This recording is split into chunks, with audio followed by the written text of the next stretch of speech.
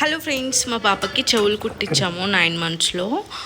గన్తో కుట్టిద్దాం అనుకున్నాం. అయితే హోల్ అనేది పెద్దగా అవుతుందంట. చిన్న ఉంది కదా పాప, 9 monthsే. అందుకని చేయితో కుట్టాడు.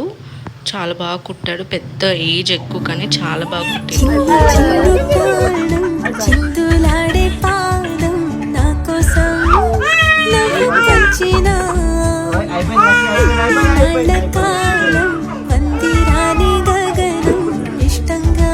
అయిపోయా